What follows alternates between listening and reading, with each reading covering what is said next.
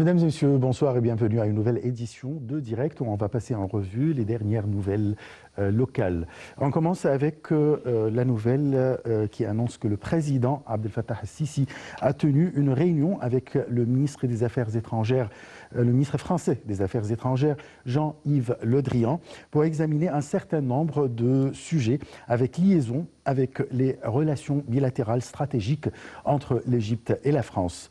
Ces relations ont vu un grand développement au cours de ces dernières années, notamment sur le niveau économique, commercial, militaire et sécuritaire. Les deux parties ont échangé les points de vue dans le cadre de coordination régulière entre l'Égypte et la France pour traiter les procès régionaux dans l'Est de la Méditerranée et le continent africain. Le ministre français des Affaires étrangères a transmis au président El-Sisi les salutations du président français Emmanuel Macron, tout en affirmant la fierté que loue son pays à ses relations profondes et exceptionnelles avec l'Égypte et qui ont été relancées lors de la visite que le président El-Sisi a effectuée récemment à Paris. De son côté, le président Abdel Fattah el-Sisi a transmis ses salutations au président français Macron, tout en exprimant son appréciation à l'accueil chaleureux qu'il a eu lors de sa visite à Paris. Une visite qui a reflété l'importance stratégique des relations bilatérales distinguées entre les deux pays, tout en affirmant que l'Égypte loue une importance de haut niveau au renforcement de sa coopération avec la France dans tous les domaines. Au niveau politique, le porte-parole de la présidence a affirmé que lors de la rencontre, les deux parties ont discuté du développement concernant un certain nombre de procès régionaux conjoints, notamment dans la région de l'Est de la Méditerranée, ainsi que le développement de la situation en Libye, là où M. Le Drian a déclaré que son pays apprécie les efforts égyptiens sous la direction du président El-Sisi afin de stabiliser les conjonctures. Le commandant des forces navales, l'amiral Ahmed Khaled, a assisté à la cérémonie de remise de la première frégate furtive Port Saïd de type Gowind du chantier naval d'Alexandrie pour qu'elle fasse partie de la flotte des forces navales égyptiennes.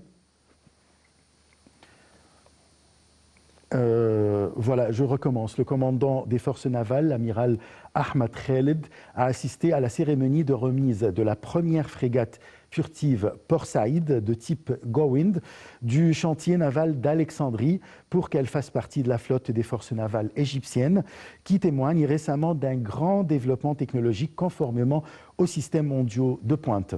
Ceci s'inscrit dans le cadre des efforts des forces armées visant à soutenir les capacités de combat et techniques de ces éléments.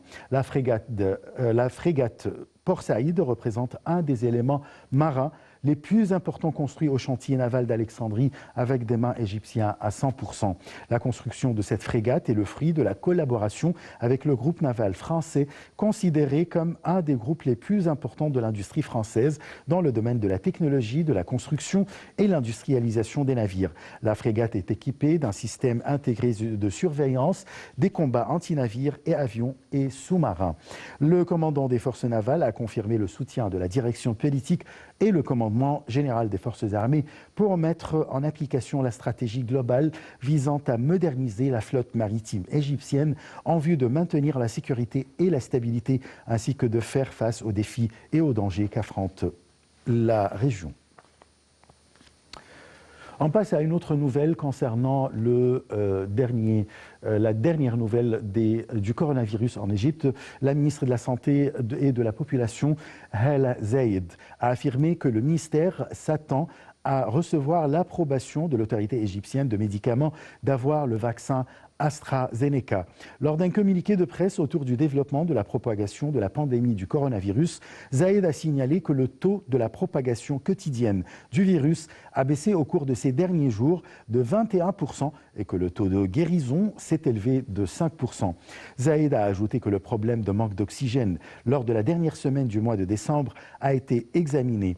Elle a affirmé que ce problème était dû à l'utilisation de l'oxygène pour traiter des personnes contaminées en dehors des salles de soins intensifiées. Zayed a ajouté que le ministère a tenu à fournir l'oxygène médical aux hôpitaux de tous les gouvernorats de la République.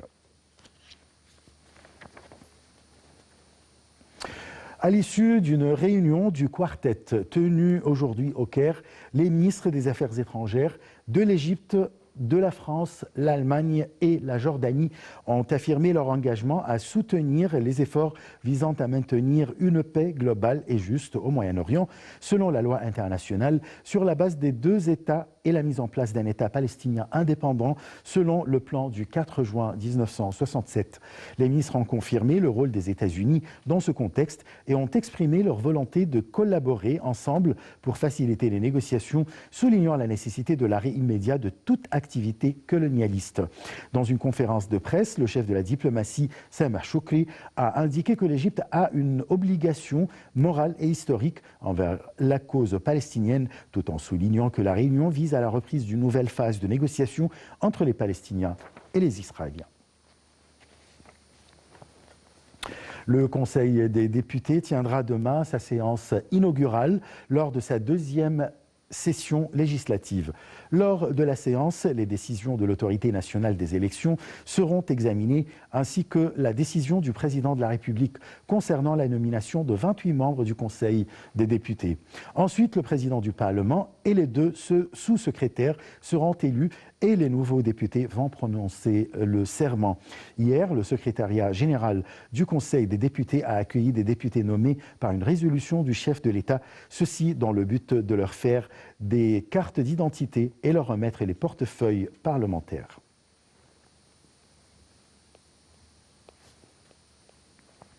Et à présent, c'est la rubrique reportage et on va commencer par un reportage qui concerne une réunion entre le président Abdel Fattah el-Sisi avec le Premier ministre Mostafa Madbouli, l'assistant du président de la République pour les projets nationaux et stratégiques, l'ingénieur Cherif Esmaïl, ainsi que plusieurs ministres, également le gouverneur du Sinaï du Sud et du Sinaï du Nord. La réunion a porté sur le suivi des nouvelles règles et conditions de construction, ainsi que l'état d'avancement des portes d'agglomération bédouine du Sinaï. Ont également assisté à cette réunion le conseiller présidentiel de la planification urbaine, le président de l'organisme national pour le développement du Sinaï, le président adjoint de génie des forces armées et le chef du département des permis de construction au génie des forces armées. Salih Hamed Yarachoucha nous donne les détails. Le président Abdel Fattah el-Sisi s'est réuni dimanche avec le Premier ministre Dr Mostafa Madbouli, l'assistant du président de la République pour les projets nationaux et stratégiques, l'ingénieur Cherif Esmaïl, ainsi que plusieurs ministres et des responsables de projets de construction au niveau de la République. La réunion a porté sur le suivi des nouvelles règles et conditions pour la construction, ainsi que sur la situation exécutive pour l'établissement des communautés bédouines au Sinaï. Le président a été informé des efforts déployés pour formuler le nouveau système intégré des conditions de la planification et des contrôles en matière de construction, ainsi que des procédures organisationnelles et opérationnelles qui suivront pour la délivrance des permis de construction, outre les efforts pour régir le système de construction en Égypte, dans un cadre caractérisé par la planification et l'organisation, conforme à la législation et au code d'ingénierie approprié. Le président a souligné que ce système doit être le début d'une nouvelle ère d'expansion urbaine basée sur des fondations scientifiques constructives pour réorganiser le processus de construction et mettre fin à l'aléatoire, tout en soulignant l'importance de la participation des autorités exécutives compétentes visant à mettre en œuvre le système sur le terrain. En ce qui concerne la stratégie de l'État pour le développement global du Sinaï, le président a été informé de la situation exécutive pour créer des communautés bédouines avec des services complets au nord et au sud du Sinaï, y compris le nombre total des communautés, ainsi que leur surface, la répartition de la population proposée, les coûts de construction, les sources de financement et la fourniture d'eau d'irrigation pour l'agriculture et les diverses activités productives. La réunion a également abordé les résultats du dialogue communautaire tenu avec les habitants du nord et du sud du Sinaï afin de répondre à leurs besoins. À cet égard, le chef de l'État a exigé de commencer immédiatement à mettre en œuvre le projet des communautés bédouines pour soutenir les populations de la péninsule en fournissant les meilleurs services communautaires, les infrastructures, les ressources en eau et les bâtiments administratifs avec les services complets, ainsi que la nomination d'une structure administrative responsable dans chaque communauté dans le cadre de la stratégie d'État pour le développement global au Sinaï, ainsi que la formulation d'un système productif pour chaque communauté bédouine selon ses besoins dans le cadre de la stratégie globale de développement de l'État pour le Sinaï.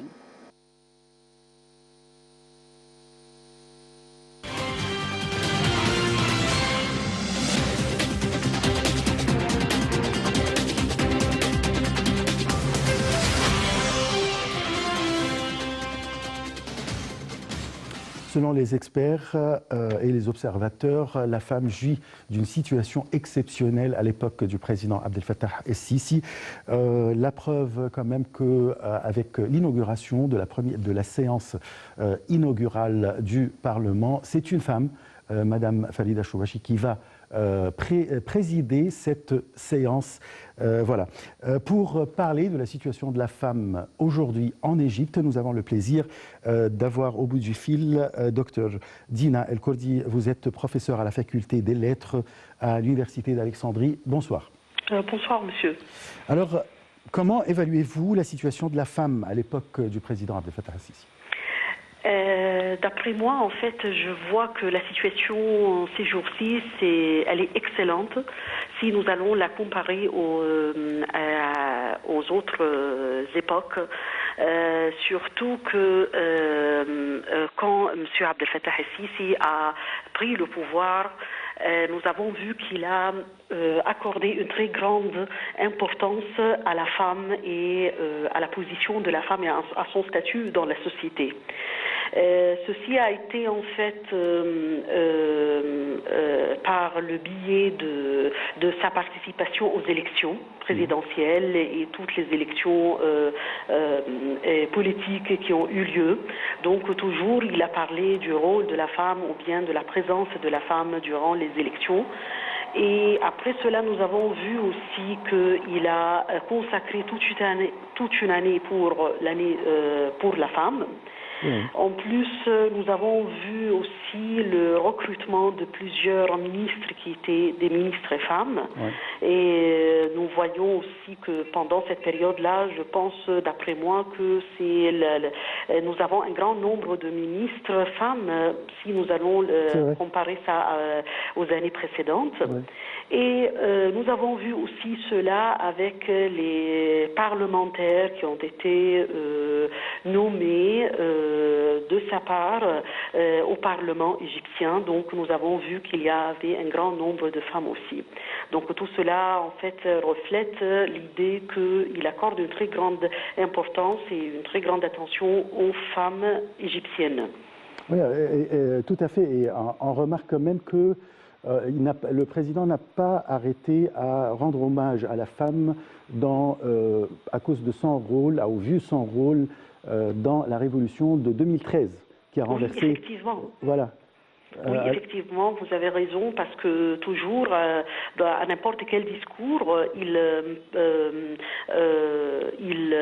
pense toujours à la femme, ou bien il parle toujours de la femme, parce que vraiment, nous avons vu que pendant la révolution de 2013, il y avait un grand nombre de femmes qui étaient vraiment dans la rue.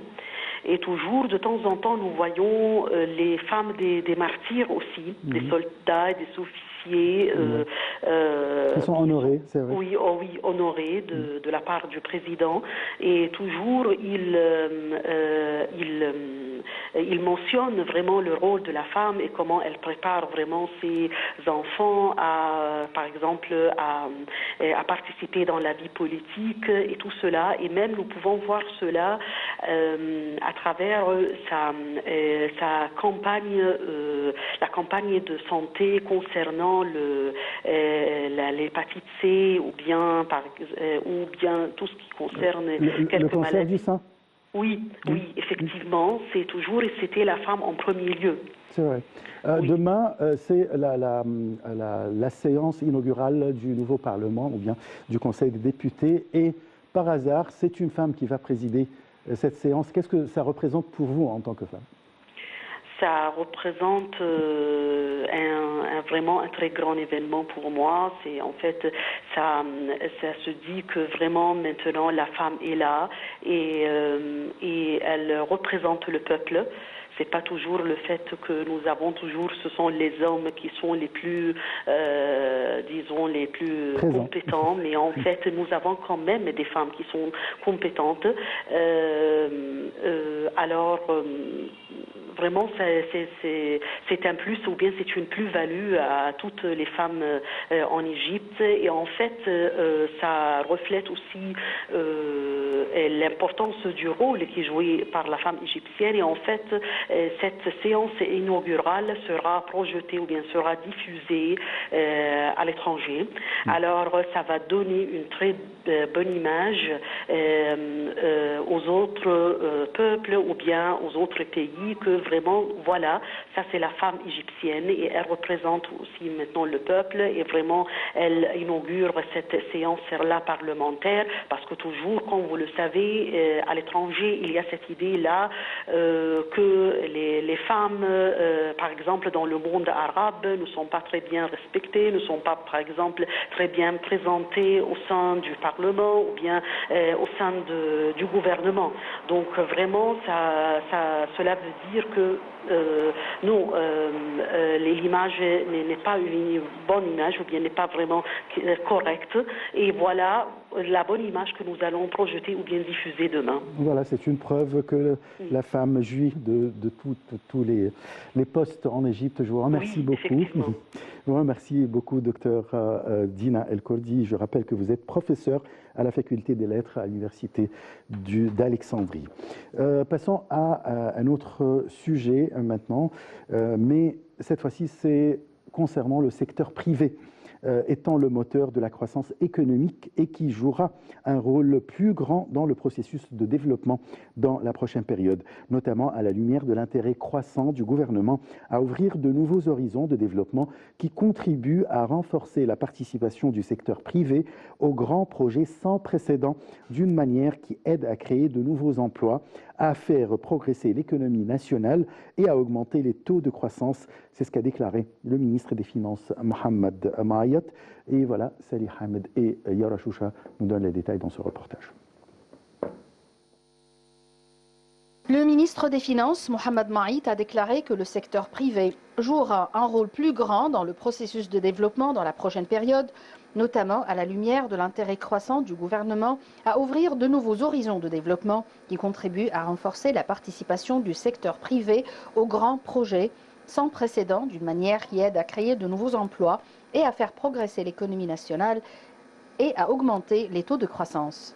M. Maït a fait référence aux attentes de la Banque mondiale dans son dernier rapport intitulé « Perspectives économiques mondiales sur la poursuite de la reprise graduelle de l'économie égyptienne durant l'exercice financier en cours, suite à la crise du coronavirus en cours et la réalisation de taux de croissance positifs de 2,7% du produit intérieur brut, grimpant à 5,8% dans le prochain exercice à la lumière de la tendance mondiale à fournir le vaccin contre ce virus. » Selon un communiqué publié par le ministère des Finances, M. Maït a ajouté que les prévisions positives incluses dans le rapport de la Banque mondiale reflétaient une fois de plus la cohésion et la solidité de l'économie égyptienne, ainsi que la flexibilité qu'elle a acquise face aux défis internes et externes à la suite des réformes historiques adoptées par le président Abdel Fattah el-Sisi et soutenues par le peuple. Le ministre des Finances a précisé que les résultats positifs du programme de réforme économique avaient permis au gouvernement d'augmenter les investissements publics et les dépenses pour l'amélioration des services de santé et d'éducation et de procéder au projet de numérisation dont l'importance a doublé au vu de la pandémie qui nécessite une distanciation sociale et des transactions électroniques dans divers domaines.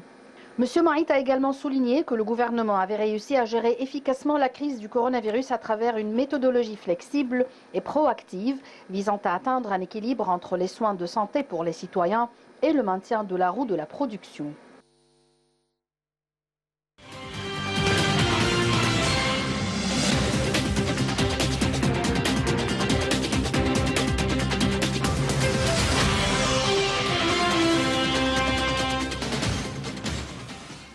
L'événement le plus important qu'attend l'Égypte demain, c'est la séance inaugurale du nouveau Parlement ou bien du nouveau Conseil des députés avec une grande présence par la femme.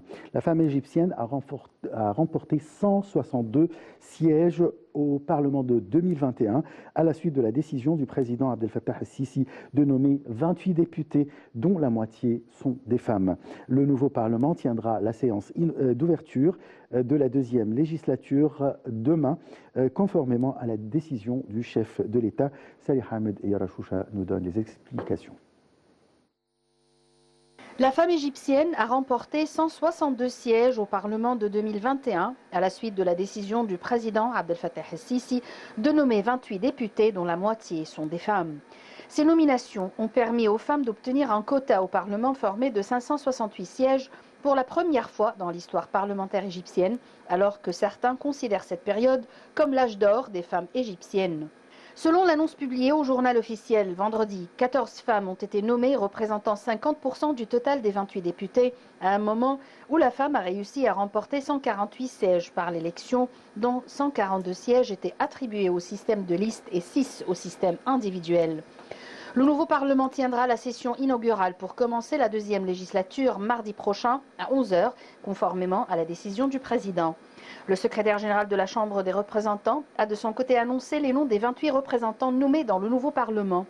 Il s'agit d'un âge d'or pour la femme égyptienne, a commenté la présidente du Conseil national de la femme, Maya Morsi.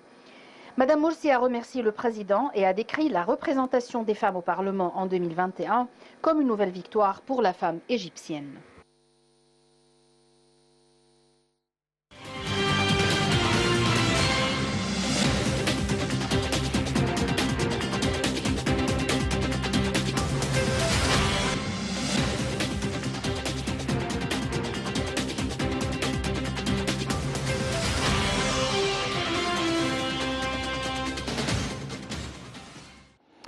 Toujours pour parler de la situation de la femme, à l'époque du président Abdel Fattah el-Sisi, nous avons le plaisir d'accueillir au bout du fil le docteur Raimonda Kanaan. Vous êtes conseiller du ministre de la Solidarité. Bonsoir.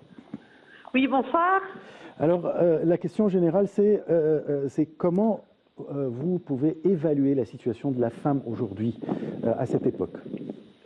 Je crois, quand vous le voyez, qu'aujourd'hui, on a pris pas mal de terrain pour ceux qui considèrent la femme dans tout ce qui est le secteur économique, le secteur, on peut dire aussi sur le plan de l'emploi dans le secteur public aussi. Aujourd'hui, nous avons dans notre Parlement, la représentation de la femme devient une nécessité qu'il faut vraiment acquérir et qui a prouvé aujourd'hui, après plusieurs années dans notre Parlement, ce sont les femmes qui ont vraiment arrivé à des résultats qui sont vraiment très convenables. Pas seulement dans le secteur privé parlementaire, mais aussi dans les autres secteurs exécutifs officiels. Et on peut bien voir aussi dans tout ce qui considère, tout ce qui est dans les ministres qu'on a. On a pas mal de ministres qui sont femmes et qui ont des positions vraiment importantes et qui font du travail qui est très reconnaissant. Et cela, c'est nécessairement vu la stratégie du pays même de renforcement pour la femme, et économique, et sociale, et politique. Demain, c'est la séance inaugurale. Déjà, il y a une femme qui va présider cette séance inaugurale du Conseil de députés, mais en même temps, la Chambre est représentée par 162 femmes qui ont été élues par le peuple, dont la plupart ont été élues par le peuple. Comment vous expliquez que même dans les petits villages, les gens ont choisi des femmes? Aujourd'hui, pour que les gens puissent avoir choisi les femmes, c'est que nous avons eu une certaine reconnaissance politique sur le plan politique. Aujourd'hui, les lois qui ont été mises en premier lieu à partir de 2014, c'est vraiment d'avoir un quota pour les femmes. Non seulement cela, mais aussi les partis politiques sont devenus beaucoup plus conscients qu'aujourd'hui, ils ne peuvent plus présider et continuer à travailler sans la présence de la femme qui a vraiment été présente depuis la période de transition de l'Égypte. Alors aujourd'hui, non seulement elles sont présentes, mais aussi elles ont été renforcées, elles sont capables de le faire. Elles ont prouvé qu'une fois qu'elles ont eu le pouvoir, elles ont pu réussir dans tous les domaines différents. Alors aujourd'hui, avoir 162 députés femmes, cela va faire vraiment non seulement ça va nous encourager à avoir beaucoup plus de femmes et à les élire et à leur donner leur espace, mais aussi à savoir aujourd'hui c'est quoi les vrais besoins pour pouvoir renforcer la demi de la société, parce qu'elle représente aujourd'hui 50% de notre société égyptienne. Alors je vois que vraiment ça a été mis d'une façon très apparente et très professionnelle dans notre constitution et dans notre loi, le renforcement de la femme dans la vie politique. Et c'est là où nous commençons à avoir un vrai renforcement à partir des lois. Il ne faut pas oublier que la femme était la base, le noyau de la révolution de 2013 quand même, et c'est la raison pour laquelle, ou l'une des raisons pour lesquelles elles sont vraiment soutenues par toute la société. Exactement, et c'est elles qui l'ont prouvé. Elles ont prouvé qu'elles peuvent le faire. Elles l'ont fait, et c'est aujourd'hui à la société de leur donner ce renforcement. Et j'espère bien que cela continue, non seulement à partir de la direction du pays, de la direction politique, mais aussi dans les dans les différents domaines, et que ça soit privé ou public. Et j'espère que cela va continuer et que ça ne s'arrête pas là. Je rappelle que demain, la séance inaugurale du Conseil des députés sera présidée par Madame Falida Choubachi, qui est bien sûr une femme, pour la première fois de l'histoire que c'est une femme qui va présider cette session. Comment vous voyez... on attend vraiment ça impatiemment. Comment? On attend ça impatiemment. Oui, très bien. Quel est votre sentiment vraiment en tant que femme? Je suis très fière, à vrai vous le dire, parce qu'elles ont prouvé qu'elles peuvent le faire. Je crois que dans d'autres pays qui ont vécu cette voie de développement, que ce soit en Europe ou dans d'autres pays, ils l'ont vécu après la guerre mondiale, et ils l'ont fait, et les femmes ont fait beaucoup d'efforts pour être prouvées politiquement, et c'est aujourd'hui le tour de nos femmes dans notre pays de le faire. Et elles ont, aujourd'hui, elles ont et les capacités, et elles ont le support politique, alors il est temps de le faire, pourquoi pas? Voilà, très bien. Je vous remercie beaucoup. Merci à vous. Docteur Raimonda Kamran, je rappelle que vous êtes conseiller du ministre de la Solidarité et on se retrouve juste dans quelques instants.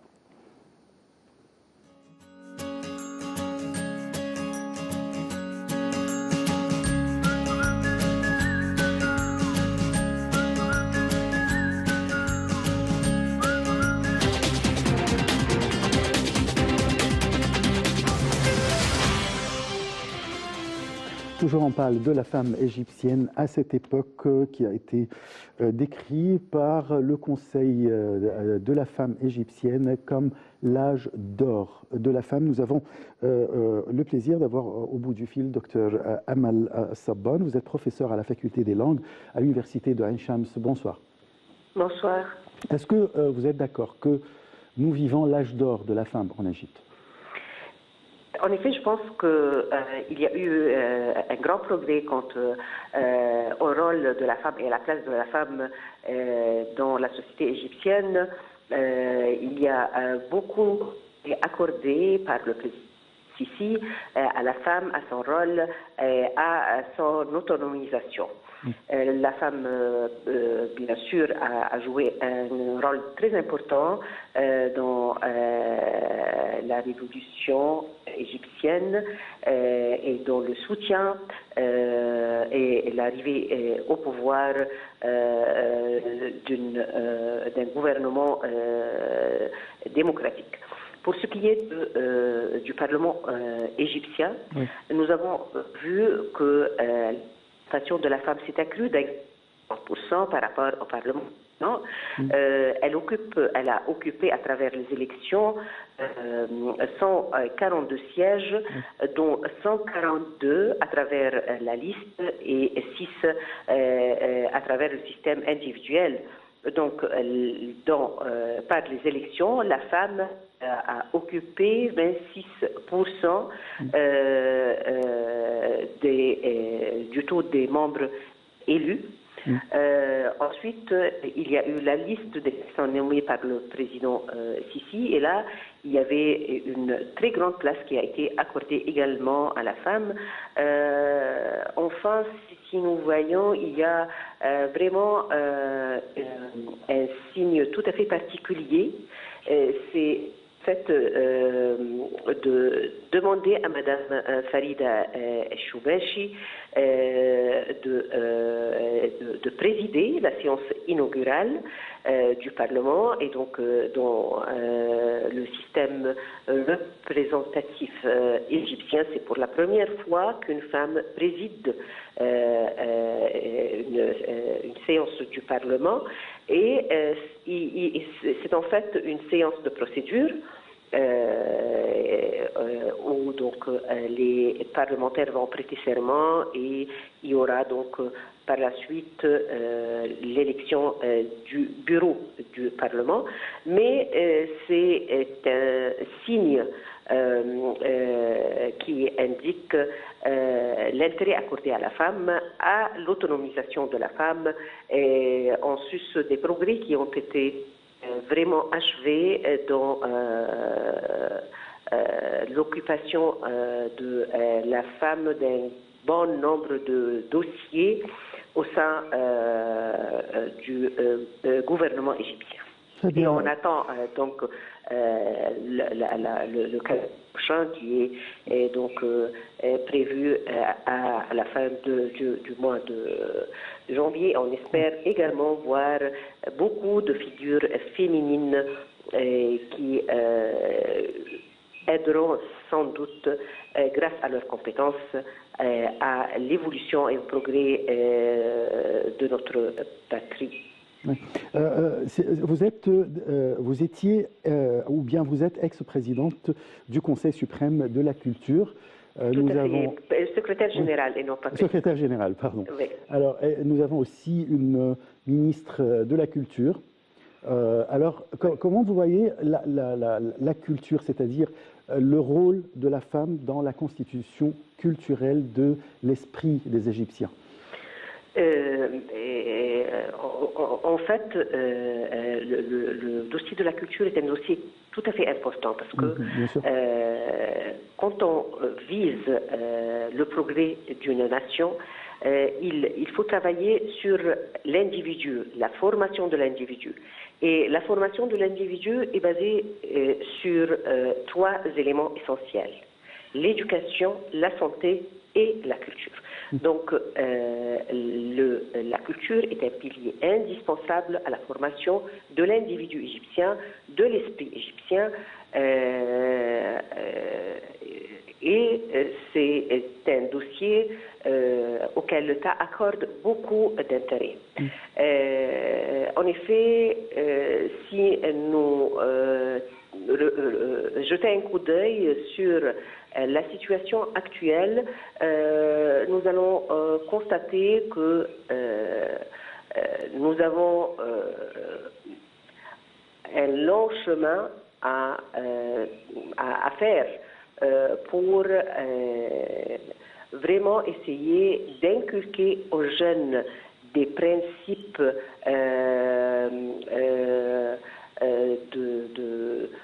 essentielles, des valeurs communes qui sont indispensables et essentielles à la jeunesse. Donc l'enseignement avec la culture et se basant sur la santé, il y a là beaucoup de travail à faire pour l'évolution de l'individu égyptien qui doit vraiment être à même de profiter de tout ce qui est réalisé sur le plan économique, à investir tout